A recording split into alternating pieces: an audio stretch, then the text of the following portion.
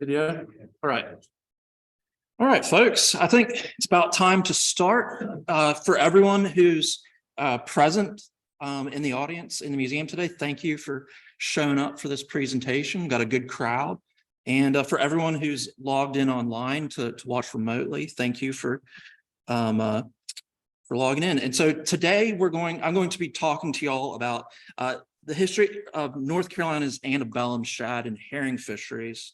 And so in the past, I've given a broad overview of this fishery, but today I would like to just sort of zero in and focus on the antebellum period, which most historians see it as being the period from about 1815 to 1861.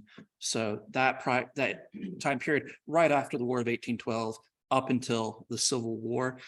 This talk I'll go a little bit before that a few times just for a few examples, but it'll primarily be on this period.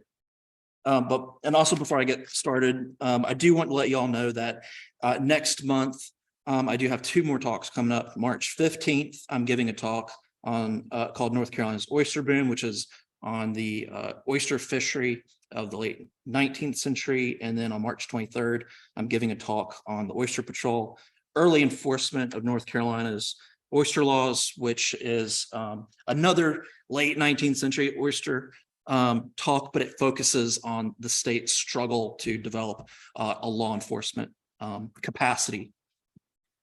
So all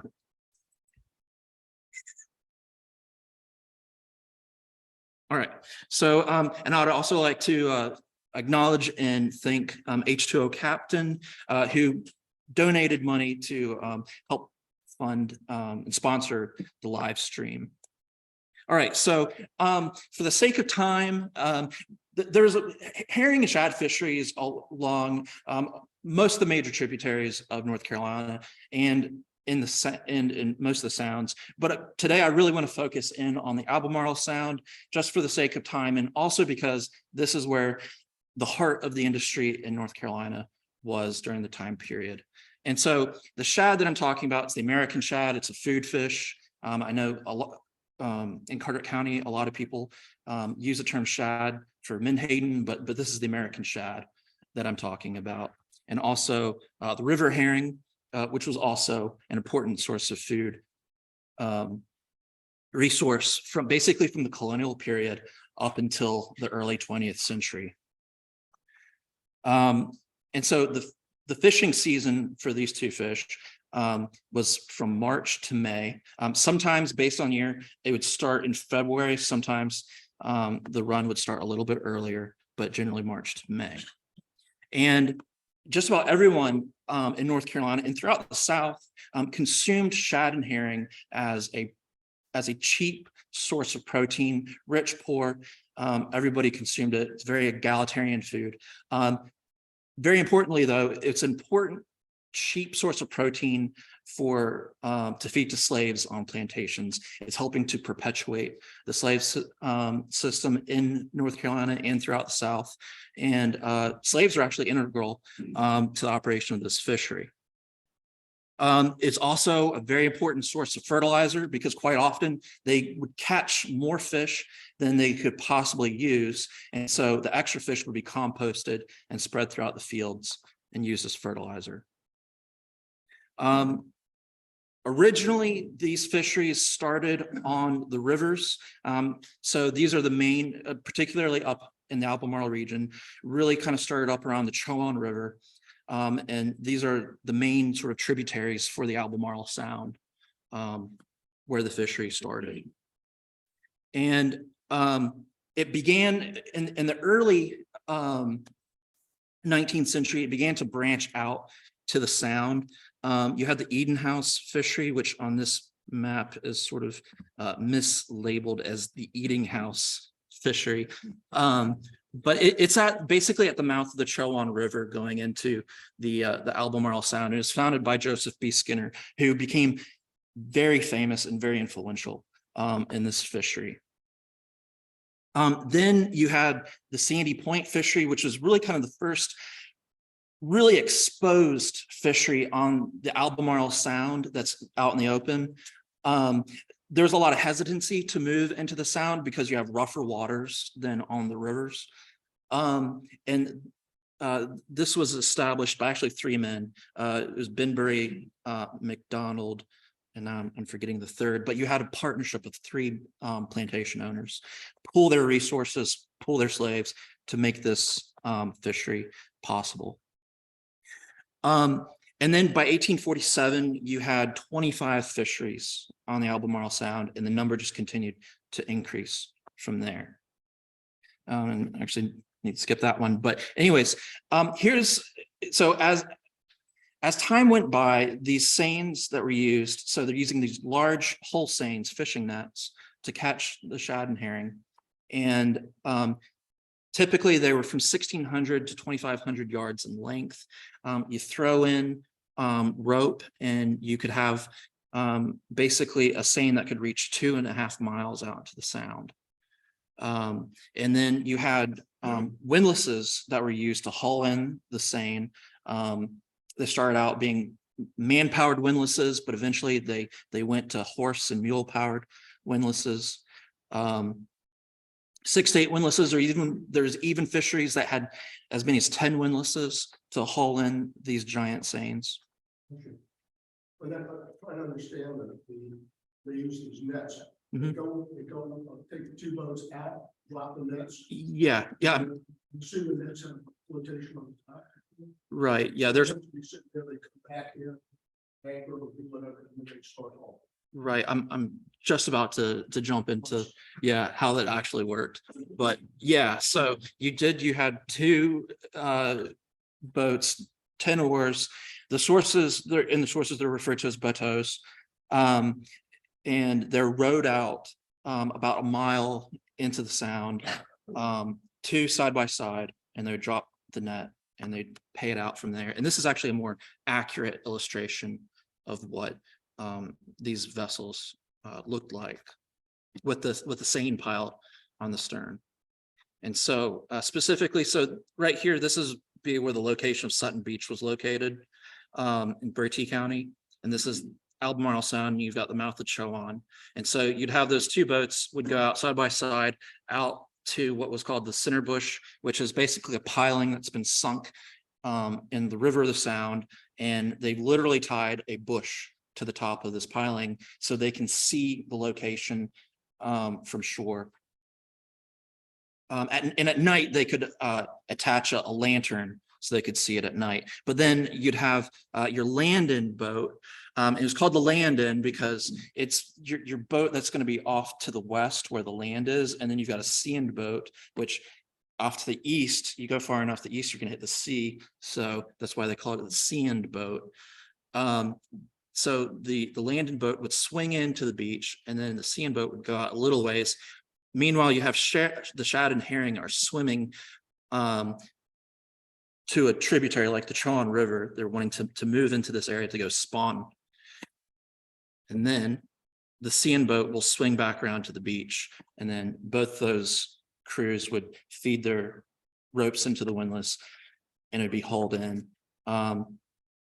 So you'd have 2 large windlasses that would bring in the main ropes. And then you'd have these smaller groupings of ropes called toggle lines, and they would be passed through other smaller windlasses, and your toggle lines help focus in your net into an ever growing or a smaller and smaller area to really kind of focus in your fish for when you're going to land the net.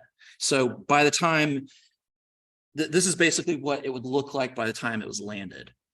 You'd have all the fish concentrated into a pocket. And you have this trapdoor bit right here on the beach that would go down to allow the net to be dragged up onto the shore right in front of the fishery. And then after they were up on the beach, the trapdoor would be raised so the fish couldn't roll or flop out back into the water.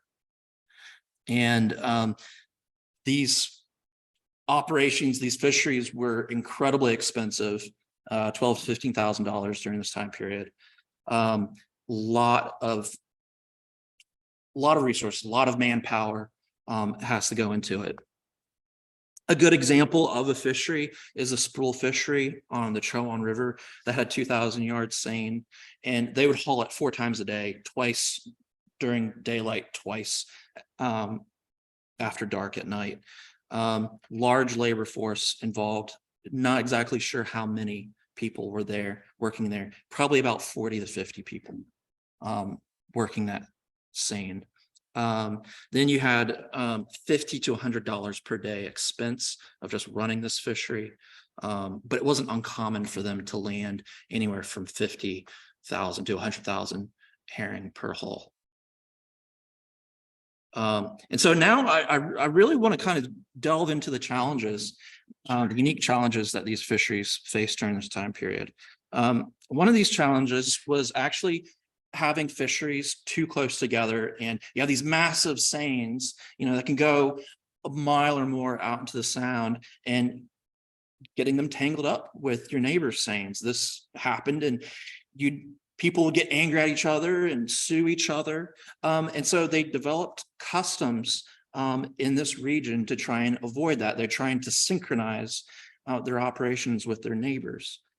So for instance, on the Chowan River, when the river was flowing downstream, as it usually was, you'd have the lower fisheries would cast their nets first. And then when you had the wind was blowing hard up the river and was sort of temporarily shifting the current, you'd have the upper fishery cast their seine first. So here's an illustration.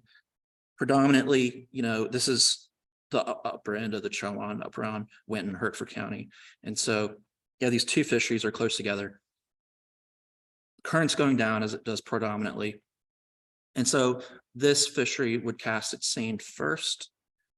And then while it's being dragged in, then the brine fishery would have done their second. Not only does it prevent them from tangling their seines, but it also prevents the Jordan fishery from preventing the brine fishery from getting the fish that they want and they need. And then was there any advantage in being upstream or downstream in terms of the number of fish you got? I mean, downstream, you're definitely going to be at the advantage. The closer you are to the mouth of the river, the better your advantage. But the opposite worked when the wind's blowing hard up the river, and they're also using the current to drift their seine, because you've got your cork line, which is on top with all your floats.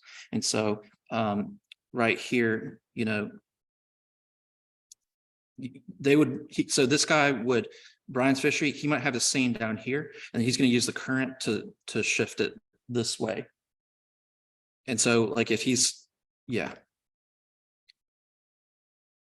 But anyways, so you had this same kind of concept. They tried to make it work out on the sound as well. Sometimes it didn't work out, and it resulted in lawsuits. As I mentioned earlier, a good example of this is in 1844. John Collins wound up suing Thomas Benbury. They had their two fisheries over at Sandy Point. Benbury was leasing half of his beachfront property to Collins, and they were both trying to run fisheries simultaneously, and they kept getting in each other's way. And finally, Collins sued Benbury, and the court sided with Collins since he was a tenant of that fishery. It went before the state Supreme Court. It was a big deal. There's other lawsuits that I've seen where people would correspond with each other, and they would try and work things out and say, hey, rather than going through this lawsuit, why don't we try and work this out privately outside of the courts? Because we're friends and we're neighbors after all, and we want to have congenial feelings. Let's try and figure this out amongst ourselves. Yeah, that kind of thing. You also have problems with steamboats running over seines. In 1854, there's an example of this happening on the Chowan River. There's a fishery that's actually, working their net, hauling in fish, and there's someone nearby on the beach who's waving to a steamboat passing by, wanting to get picked up as a passenger, and the steamboat just kind of swerves in to shore, and they're trying to avoid the net, but the current kind of pulls them into the net, and the paddle wheel just tore the net up. And of course, things like that result in lawsuits as well.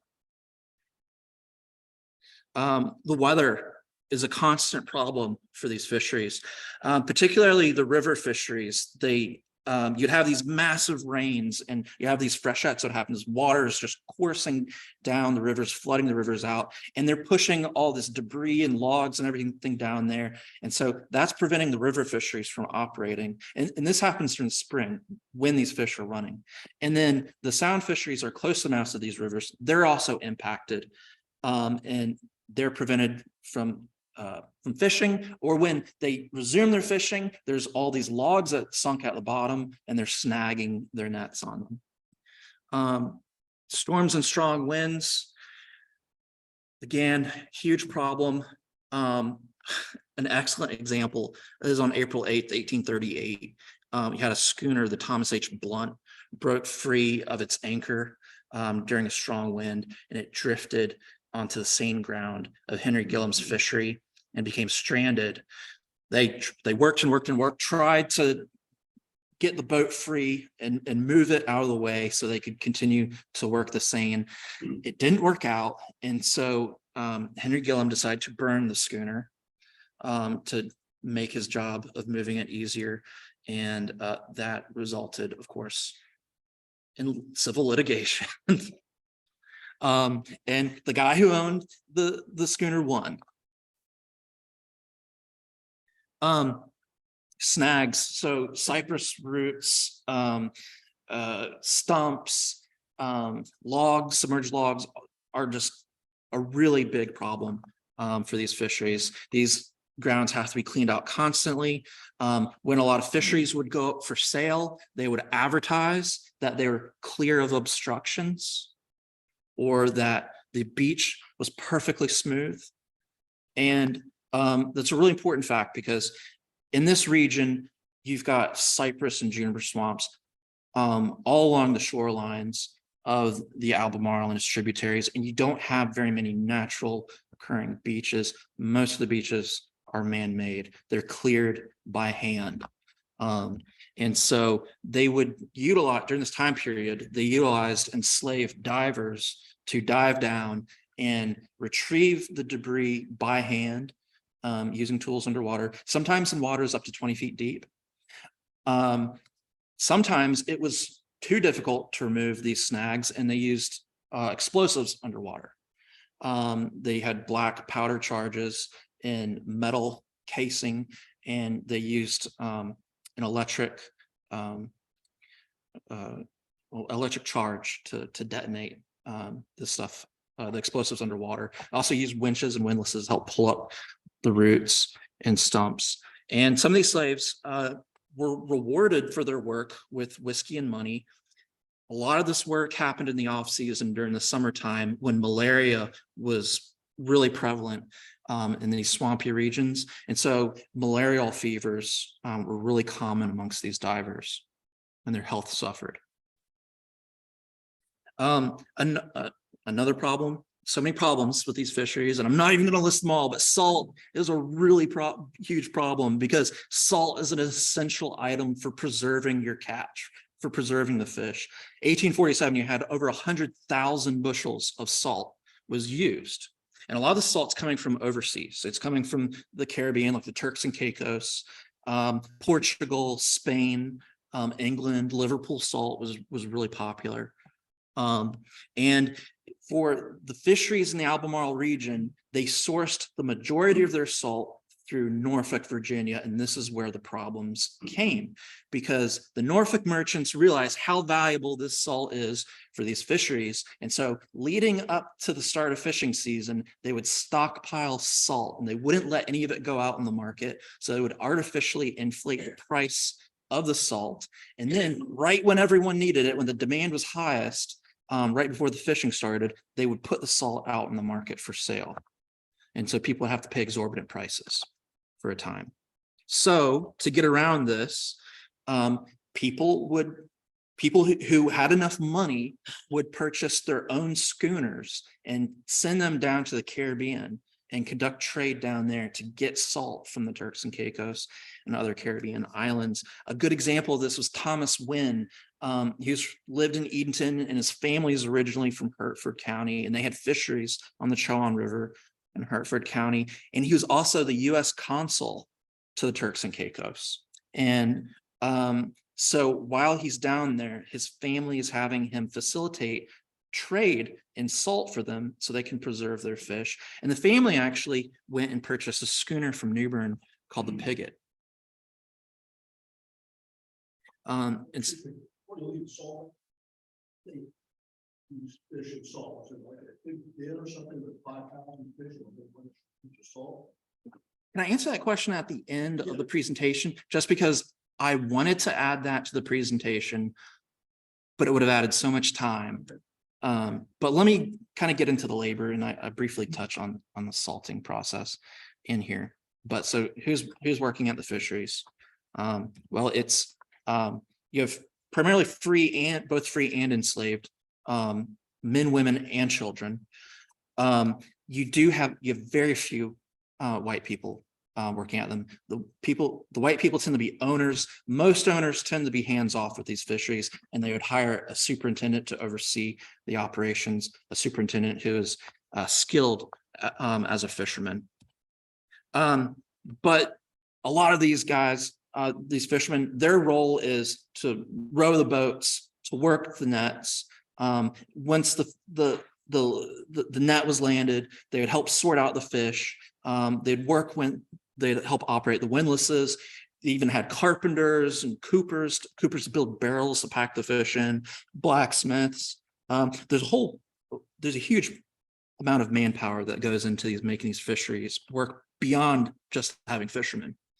And this is all back-breaking labor. It's happening, February, March, April primarily. So the water is cold. You've got cooler air temperatures as well.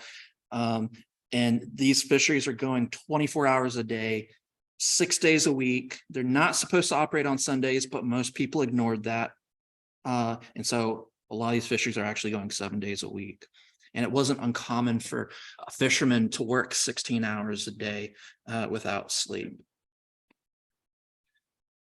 And so even though this is very labor intensive, particularly the fishing, it's still a skilled occupation, because these, as I mentioned, these nets are massive. And if they're not fished properly, if they're not rigged properly, if they're not fished properly, they won't operate efficiently, and they won't, the bottom, that lead line, the bottom of that net won't lay flat as it's going along the bottom. And so you'll get, if it's not fished right, it'll kind of fold up and you'll have an opportunity for fish to get out from underneath of it. And in 1848, there's a report written by the superintendent of of a fishery. His name is William Rhodes, and he was writing about all the things that went wrong during the fishing season and all the lessons to take away from that and what to do right the next season. And he really goes into depth about making sure the seine's rigged, because it wasn't originally. And so they had to take the net out of the water, re-rig it, and they lost like a week's worth of work and time's money. Can I just stop you there for the Yeah. booking? You got 12,000 square yards of netting. It doesn't seem possible that only 40 men are needed to fold this thing up and load it on the front of those boats. The thing must be monumental weight. Yeah. And yet the boats are not tipped forward at all. And yet 10 men, 10 oars doesn't seem to be able to counteract that 6,000 yards in each boat. Well, so a lot of it's the rope, but I don't know exactly how they made it work. I just know what some of the sources have said, how many people they've been utilizing. And the actual mechanism of dropping the seine. Well, they'd spend a month or two rigging the net before the fishing season actually started. January, they'd start rigging the nets. And they've got to do a lot. They've got to tar the nets too. That's a lot of work. So monumentally expensive. Women and children, they're sorting the fish, they're processing the fish, headed, clean, salted, packed. And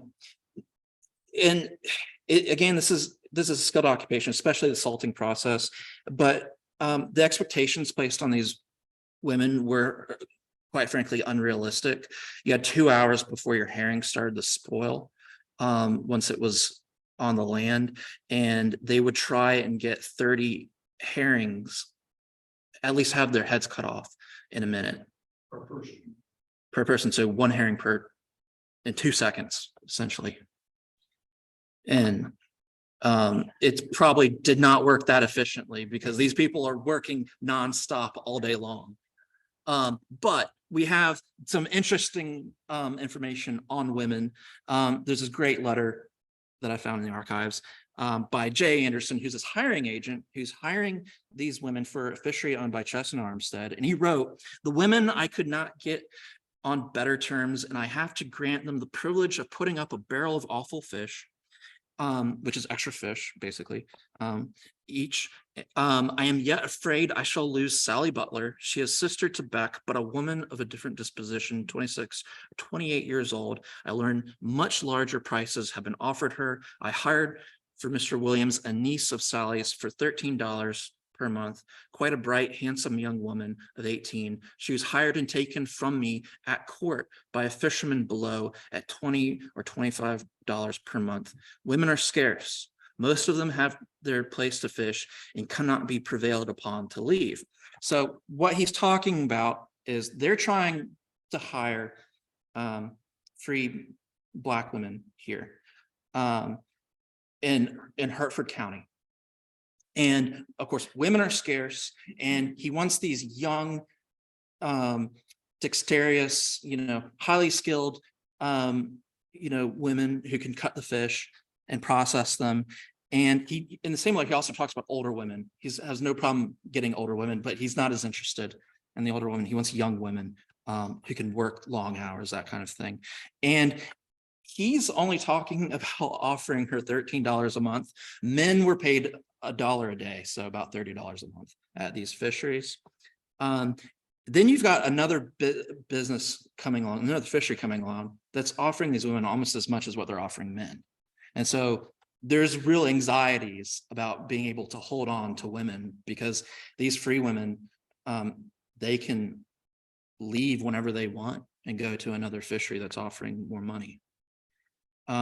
So while people are, holing in nets, processing fish, there's singing going on. They're singing these jubilee, sorrow songs, work songs, basically the same songs that you would hear slaves singing out in the fields while they're, working crops.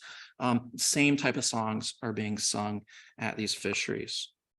In that last letter, they mentioned the court. So they have something called the Fisherman's Court, which is basically you go to the courthouse, usually around the beginning of the year, usually around January 1st or sometimes in February. They would have these sessions where they would hire out slaves, where people could go and rent slaves to go work at fisheries and other businesses.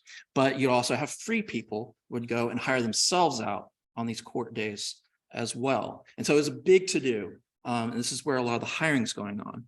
And what's interesting is that a lot of these fishery owners, they're specifically trying to get free Blacks. They're preferring them to slaves. And it's actually quite interesting why. So we've got this one quote says, in the spring, the whole force of the plantation is employed at the fisheries, herring and shad. At these times, there's great laxity of discipline among the slaves, drunkenness, gambling, licentiousness prevailing to a most ruinous degree. So these slaves, there's a lot, there isn't a whole lot of supervision at these fisheries. And so there's also a lot of alcohol that's being provided because they're providing rum and whiskey to kind of steel themselves against the cold, has that warming kind of feeling. And because there's not as much supervision, they're also kind of enjoying themselves when they have the opportunity. And so there's this laxness. And then once they leave the fishery and have to go back to the plantation, you have to kind of reinstitute discipline. And these plantation owners don't want to have to deal with that sort of issue. So that's one of the reasons why. Then there's this huge concern throughout the South of slave rebellions. And in North Carolina, there's this memory that goes back to 1802, where there was a slave conspiracy where that originated in Virginia and came into North Carolina through watermen, enslaved boatmen and fishermen, and they're traveling freely, no white supervision. They're communicating freely. They're passing along written communications because, quite a few slaves could actually read and write during this time period. And this is one of the reasons why they tried to outlaw reading and writing amongst slaves. But sometimes these conspiracies were sometimes linked directly to enslaved watermen, and they really wanted to prevent mingling, prevent these sort of communications and ideas of freedom. Then you also have this Maritime Underground Railroad that's going on. And the fisheries kind of feed into this because you've got these large labor forces at these fisheries, and they're desperate for workers. And so they're not going to always ask too many questions. So you have these runaway slaves who will go there, try to pass themselves off as free men and get a job there, lie low for a little while, and kind of work their way through coastal North Carolina. There's a lot of merchant vessels that are stopping by because they're dropping off salt and they're picking up barrels of fish to take to market. And they're hoping to pick up a ride on one of these merchant vessels and make their way north gradually. And then this ad from 1810 sort of addresses that. I know it's hard for y'all to read. But basically, you've got this runaway slave from Chatham County, and the owner believes that he's trying to make his way to fisheries on the Pamlico Tar River or on the Roanoke River. And they know a couple of aliases he's going by, and it's listed in there. And he's basically saying, watch out for this guy, try and have him return to me if you can get him. Also, you've got all these concerns with punishment because slaves could be liable for violations of fishery laws during this time period. And these are violations where it's not like a slave would be able to go off on their own and violate this law by themselves. A lot of these laws are about how these fishing seines are fished, where they're fished, how far out into the river of sound they can legally go with them, that kind of thing. So there's a lot of white supervision that's going on with this. And so the laws during this time period said that slaves that were involved in violating these laws could be whipped on his or their backs, not exceeding 39 lashes. Then the white supervisor or the owner of the fishery would be responsible for paying a fine, paying for court costs of the criminal litigation, because it's a misdemeanor. And then they had to pay the cost of having a public official whip the slave publicly. It's also another reason you wouldn't want a slave to work in these fisheries is because they're dangerous to work at. There's plenty of instances where there's drownings. People would slip and hit their heads. There's one account of someone hitting their head and going comatose for a month. It's cold, it's wet. So there's these outbreaks of illness. 1840 Long Beach fishery had 35 workers out sick for a total of over 118 days in just a span of 3 months. So cumulatively, that's how much sick leave was sort of used. And all these fishery account books record the activities of employees closely. In 1848, there was a measles outbreak at John G. Williams fishery that infected most of the people working there.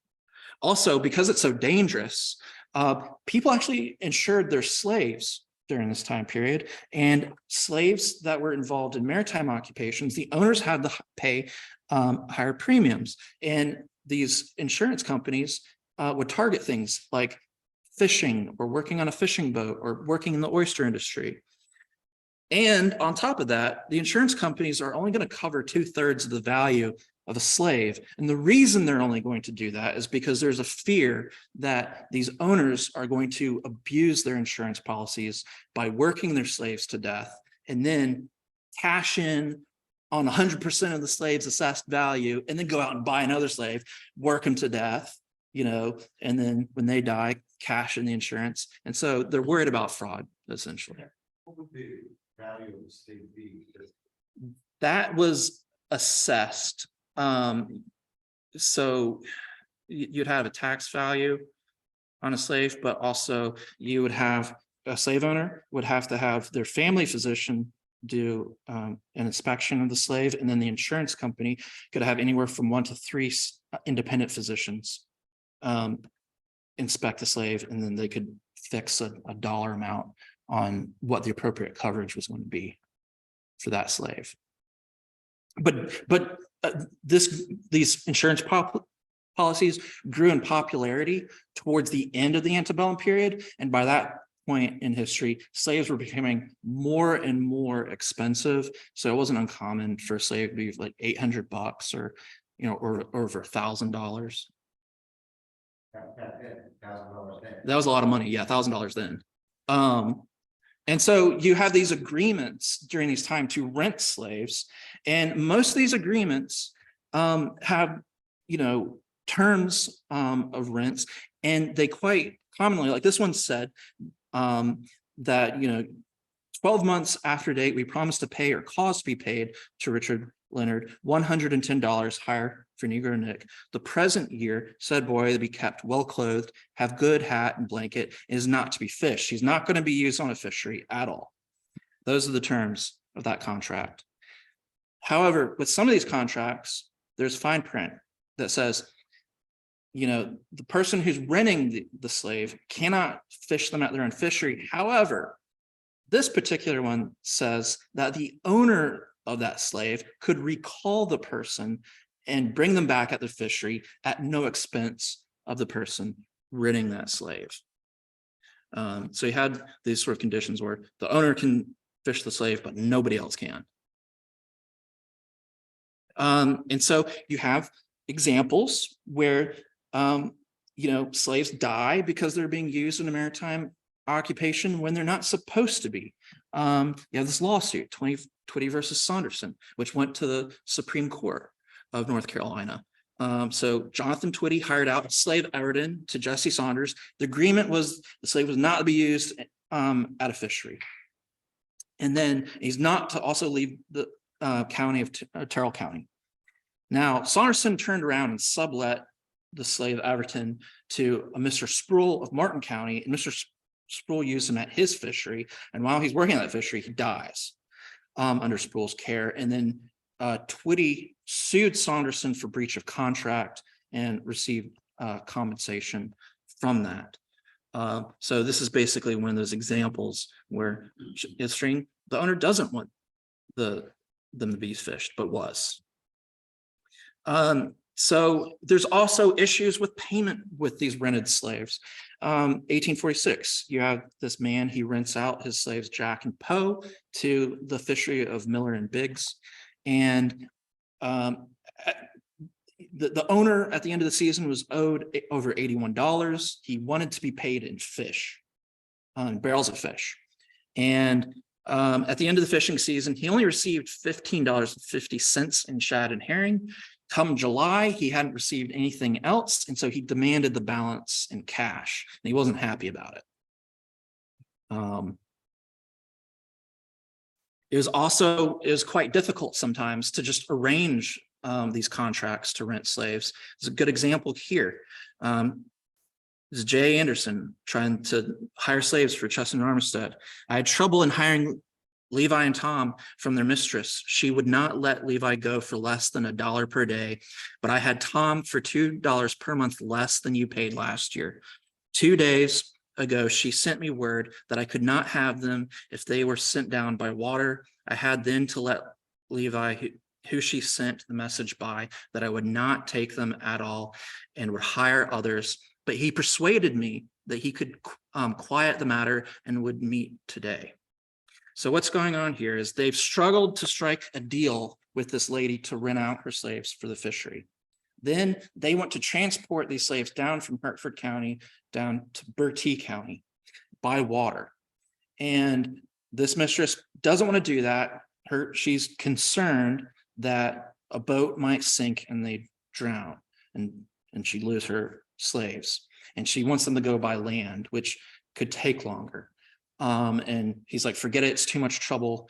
I'm through with this. But then you have the slaves say, hold up, let me go back to my mistress and see if I can't work things out where we can come fish with you. So you're seeing there's agency with these slaves. They're actually wanting to go work at the fishery themselves, and they're trying to influence the decisions of their master and mistress.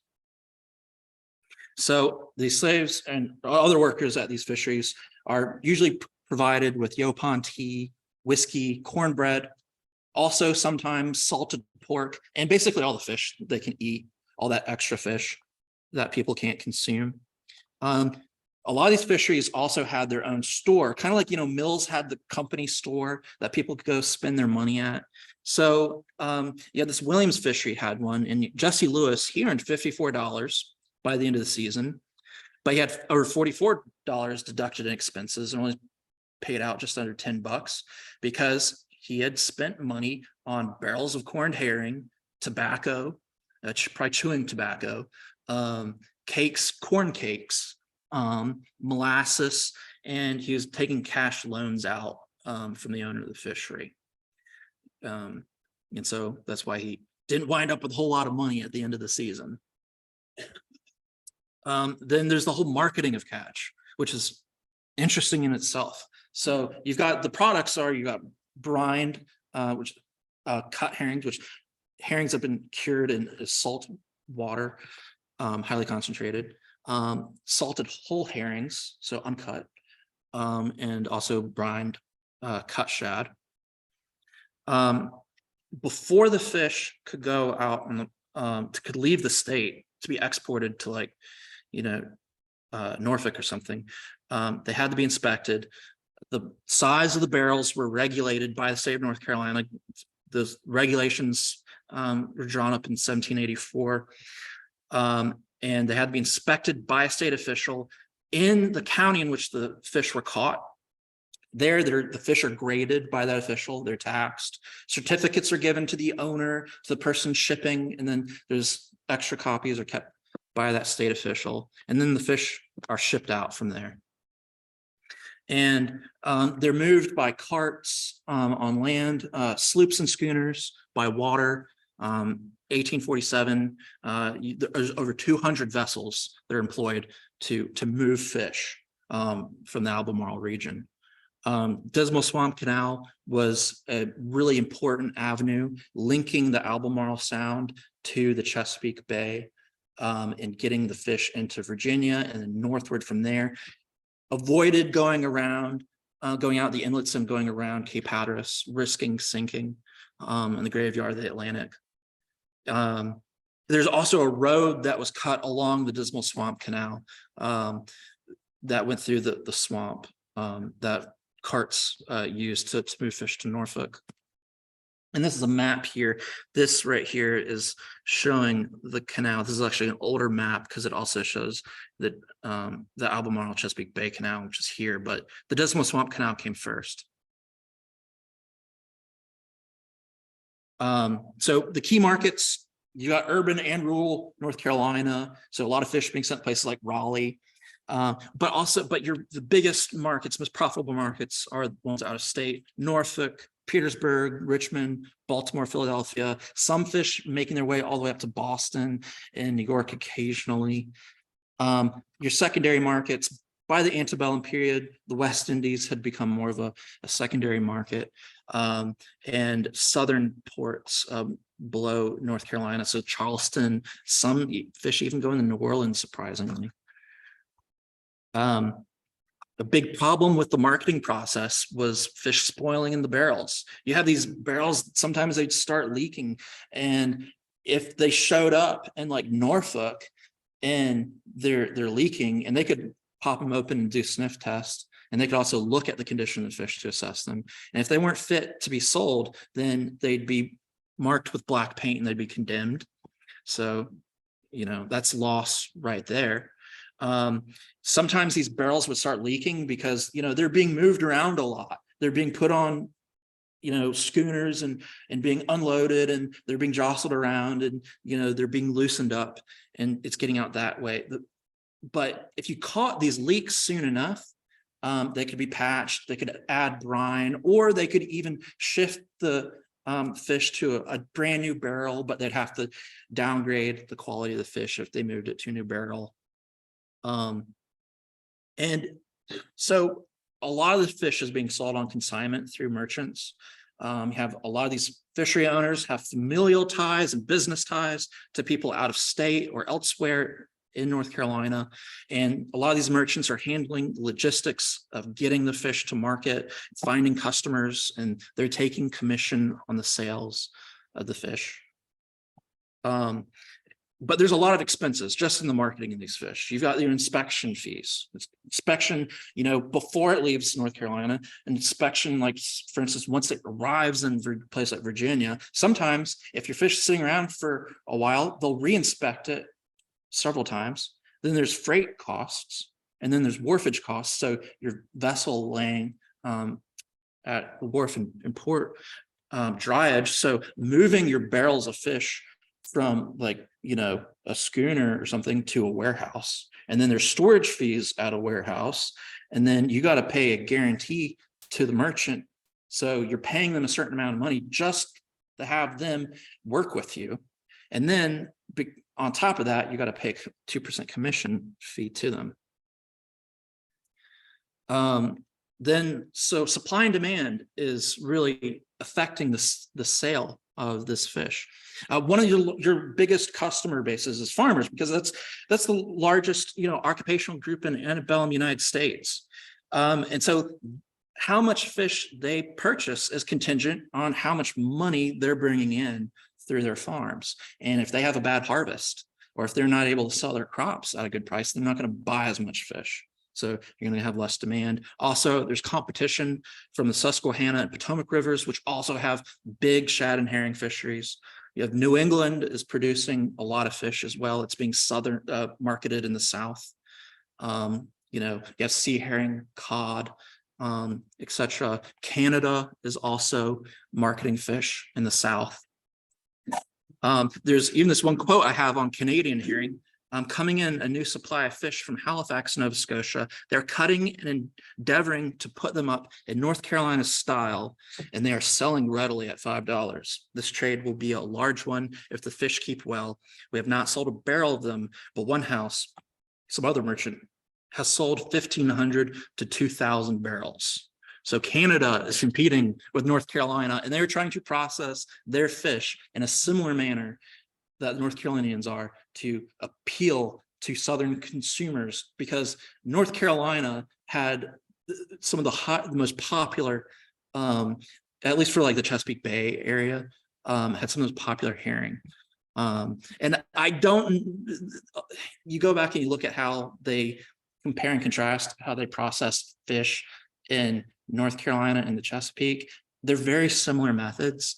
And sometimes when you're looking through the archival sources, some of these fisheries actually will describe their own processes, and they can vary from fishery to fishery. So it's kind of hard to know exactly what they're saying by North Carolina style.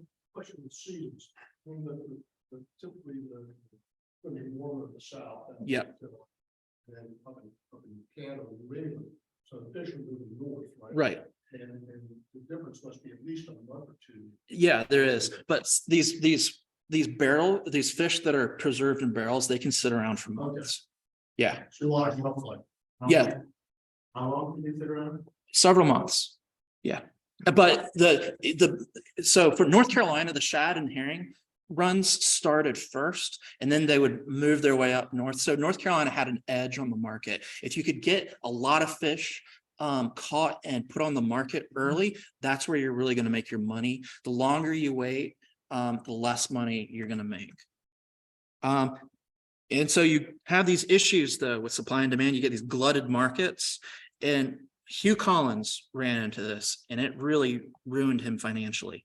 In April of 1841, the expectation was that North Carolina herrings were going to sell at $4.25 to $4.50 a barrel. Potomac herring, they started going for $4. North Carolina then had to go to $4. Potomac went to $3. Then some went down to as low as $2. And then by May, they couldn't sell fish for $3 a barrel. Hugh Collins wasn't willing to sell for less, and so his fish sat around for a long time. November comes around, they still can't sell off all his fish. March 1842 comes around, practically a whole year. They finally finish selling off the fish, but they're in a terrible condition at that point. And it really messes with him financially. And a lot of fisheries go out of business because of situations like this. So now I want to talk about kind of overfishing in this region. And just how abundant these fisheries were. So in 1840, there's quite a few fisheries, don't know exactly how many, but we know there's a lot of people employed in them from the census records, and the census is also record how much money is invested in these fisheries. By 1850, the census starts to record individual fisheries. So you have at least 54 in 1850. And then we have this quote that notes by 1852, there is at least 70 of these fisheries that are going on. And by 1860, there's only 13. So what happened? So basically, you have this one quote that's saying, well, you have too many fisheries and not enough fish to go around. And so there's not enough money to be made in this. Then we got this other quote that's probably more accurate. And they're noting that there's too many fish that are being caught. Notably, there's too many female fish. There's too many roes that are being caught and destroyed. And so there's not enough there's not enough reproduction going on. There's not enough replenishment of the fish stocks. And that's why this fishery is suffering. And the Civil War comes along in 1861 and totally disrupts this fishery. And so for a while, there's hardly any fishing that's going on. So the fish are able to repopulate. But I'm going to go through these fishing regulations really quickly, because you would think that there's fishing regulations that are to prevent overfishing. But these regulations are really more to regulate the interactions of people than they are to preserve the fish necessarily. So there's laws to prevent the obstruction of fish moving through the rivers and sounds. And this is primarily instituted because you've got these people at the mouths of creeks and rivers who are stretching their seines all the way across, and they're preventing the fish from moving farther upstream. And so they're getting all the fish themselves, and they're depriving their neighbors of fish, which causes a lot of public outcry. Also, dams are a problem. And so they come up with ways to figure out how to let fish pass through them. Then fishing is banned on the Sabbath. So Sundays, you're not allowed to go fishing. One reason is because of religious observance in the South, but also there's a more practical reason. You allow the fish to pass through unmolested. So they can actually get up into the upper portions of the rivers and streams and spawn. And then I'm not necessarily going to read this whole quote. It's a really interesting quote. But it basically, you've got these churches in the Albemarle region that are complaining that people are ignoring these laws that are banning fishing on Sundays, and they're fishing anyways. And then everyone's going and hanging out at the fisheries, and they're getting drunk and they're gossiping, and it's basically really causing moral corruption in the region. It's bringing about this reproach on the cause of Christ, etc. It's quite interesting. But it's ironic at the same time, because these fisheries were also used by a lot of churches as sites for revivals, because you had this nice clean beach there, so you could do baptisms. So on one hand, fishing on Sunday is a terrible thing, but if you're allowing but it can also be a great place for revival. So there's also, you're protecting the assets of the fishery. So you can legally define your fishing ground, where your fishery is established. So no one can kind of put their net in your area. Also, if you're worried about your neighbor's tree falling into the river, drifting down and getting tangled up in your seine, you can actually go and ask your neighbor to cut his tree down and pay for that tree to be removed. If he says no, you can get the sheriff involved, and the sheriff will bring in some of your other neighbors, and they'll determine whether or not the tree needs to come down. And if it needs to come down, they can force the owner of that property to remove the tree. So this kind of type of regulations we have. Also, they eventually have laws that kind of regulate steamboat traffic and operations of these fisheries. A really important law is residency in North Carolina. In the by the 1840s, you got these schooners packed with ice coming from down north, and they're fishing gill nets, these huge gill nets out in the Albemarle Sound and the Pamlico Sound, Curator Sound, etc. And they're catching lots of shad. And these fishery owners are getting really upset by this because they're like, this is our state, this is our fish. We've got all this money invested in these fisheries, and these, Yankees are coming down and stealing our fish. And so in 1845, North Carolina imposes a law that says in order to conduct commercial fishing operations in the state, you have to be a resident for at least 12 months. And they impose other, kind of restrictions within that law as well. And so I'm going to conclude this talk with, there's glimpses during the antebellum period, there's glimpses into what this future of this fishery is going to look like. Notably, the steam-powered windlasses to haul in these giant seines. There's an announcement in the newspapers and magazines in 1835 indicating that a resident of Hartford, Connecticut had developed a system of steam-powered windlasses to haul in seines specifically for the fisheries of the Albemarle Sound. And it's going to be this revolutionary design, and they're going to show it off in North Carolina. There's no indication that this was actually ever demonstrated in the 1830s. And we don't know who the name of this guy is, because for some reason, the newspapers and magazines don't bother to mention the inventor's name. The patents for 1836, the US Patent Office burns down. And so we don't have the patent.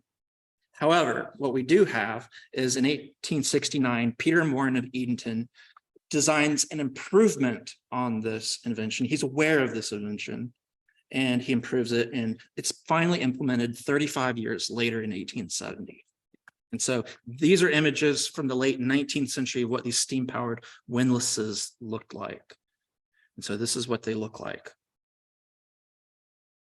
And then also in the 1870s, you get the implementation of these small steamboats to help haul the seines, and that can cut down on manpower at these fisheries. And this is what these fisheries wind up looking like in the late 19th century. And that's all I have for y'all today. So if y'all have any questions, feel free. So yeah.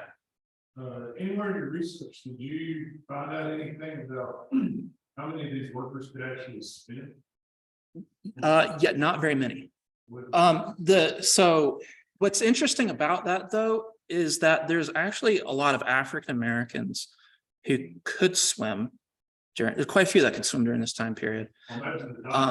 Yeah, the divers could, and there's actually some great literature that's been coming out in recent years of sort of diaspora African communities in the Atlantic world. The swimmers, and you had certain populations in coastal Africa that were targeted because these populations could actually swim, and they would be taken off by European powers or Americans and used in maritime capacities. So like in the Caribbean, you've got pearl diving is a huge thing.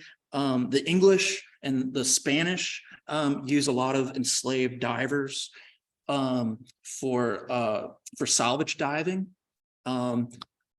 There's a lot of really fascinating literature that's starting to come out about that. But most white people couldn't swim because it wasn't fashionable for quite a while to swim, because there's this state of undress.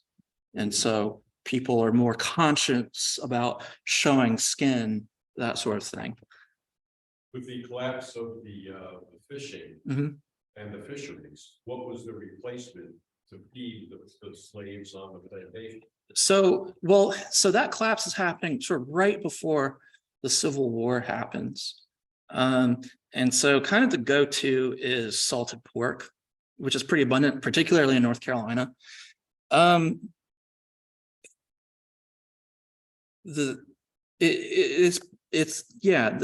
cheaper sources. Some of these slave owners also didn't want to be bothered with paying for meat to feed their slaves. So they would put the impetus on their slaves to feed themselves, to source their own meat in their free time. So you have a lot of slaves in the antebellum South who would trap fish or game. So you'd have slaves that set up little weirs in creeks and rivers and catch fish that way. They'd have, traps that catch squirrels and rabbits, that sort of thing. Terrapin and other turtles were also collected and consumed. But yeah, yes. Are there commercial fishing today in usage, and what is the population of fish now? Yeah, so the herring fishery went out in the early 2000s. A lot of in the 20th century, so the fishery really, so as I mentioned, so the fishery starts to go in decline towards the end of the antebellum period. Then Civil War happens and there's no fishing going on. So the fish repopulate. In the late 19th century, they kind of repeat the process all over again. By the end of the 19th century, the fishery goes back into decline. By around the sort of 30s, it's getting to be really problematic, the populations, and it just continues to kind of go downhill from there. But also something that's changing is the palate of the Americans. The taste in food changes because there's changes in technology, how we preserve food. So by the time refrigeration really becomes widespread, people are relying less and less and less on salted meat. And so the taste changes. And so people start preferring more fresh foods as opposed to salted. And so that's one of the reasons why that goes out. And just other fisheries become more popular and more widely available. Are the fish populations strong now? No, there's a big problem now is pollution in North Carolina. Yes. Yeah, I'm curious about how from the time the fish hits the dock to the time of in the barrel. Yeah. What's that process like? So as I mentioned, it varies somewhat from fishery to fishery. There's this one really fascinating letter I found where there's this one guy who's just starting up a fishery and he's writing to Joseph Skinner, who's been in the game for like 20 years. And he's like, how do I do this? And so Skinner writes kind of like a dummy's guide to how to preserve your fish. And there's slightly different methods for shad and herring, but he goes into great depth with herring and he says, you have to cut the heads off very quickly. And then they would have a hand barrow, which isn't a wheelbarrow. It's kind of like a wheelbarrow without the wheel. And there's also these slots on the bottom that would allow the water to come out. So they'd put like 500 fish in one of these hand barrows. They take it out in the water, kind of dip it in the water to wash all the kind of blood and guts out. And then let, the water kind of run out. And then they take it to these kind of salting troughs, rub the fish down with salt real thoroughly for about a minute, and then transfer those fish to these hogshead barrels, which a hogshead I think is like 63 gallons. I want to say somewhere around that. Anyways, they have this heavy brine solution. They put the fish in there, let it cure, and the cure times varies, but several days, at least I think about a week or more, that they would kind of sit there and they'd cure. And then when they're done curing, they've got these barrels that they're going to market these fish in. and you'd put a layer of salt on the bottom of that barrel. Then you start transferring fish in, and then once you got a layer, you put a layer of salt on top of them, and etc. until you fill the barrel up. And then you got to let that barrel kind of sit there for a while and let all the kind of salt and the liquids and everything just kind of meld together. And then, they could test it out. It's really delicious. Yeah, I wouldn't think it is, but one of the ways they could prepare the fish, you could actually take out your fish and you could soak it in fresh water to kind of try and get that salt out. They do scale. Yeah. Oh yeah, they do. Yeah, you do have to kind of scale these fish as well quickly. Yeah. It's not a quick process. Yeah. From point A to point No, it's a little complicated. Yes. So when you have, from that era, you have salted cod, it's dry, but this is not dry, it's Yeah. right. Yeah, it's too humid in North Carolina to try and do air drying. Your cod, being fished up in Canada and up in New England, you got colder, drier climate that's better for air drying fish. Is there still a fishery for temperate cod? There might be. Around here? Not as much. I think that you can still buy herring roe, though. I think canned herring roe. Let me see. Is there any other questions y'all have? Yeah, Yes, sir. in relation to what we're talking about here, Mhm. what were the boats down toward the end of Taylor Creek? Down at the end of Taylor Creek. Yes. Those are your Menhaden boats. So that's an industrial fishery. In New England, the Menhaden fishery emerges in New England kind of right before the Civil War, really starts to become popular during the Civil War. And then after the Civil War, that's when that fishery really takes off. And then it becomes kind of established in North Carolina right after the Civil War, but doesn't really take off in a meaningful way until the 1880s around here. Is there a place up in Janesville that has a herring house? Yeah, there's a there was a restaurant up in Jamesville that did serve herrings during the spring. I believe that restaurant's since burned down. They had it, they reopened in town. Mhm. They building did come back. Mhm. Years ago, I was in the town of the, sometimes a new venture. Okay. Last venture. I don't know because he owns it on, but it is fine. Yeah. They're up in, and there is, the family. Second, or they had moved up town, so they, and opened another place up. We can't get them in this state, even if we can. Oh. Okay. Any other questions? Okay, well, thank you all for coming. Let me see if there's anything online. I don't see any questions. No, nothing came in on Facebook Okay. or Zoom. All right. Well, thank you all for showing up. Thank you. Hope you all have a good day.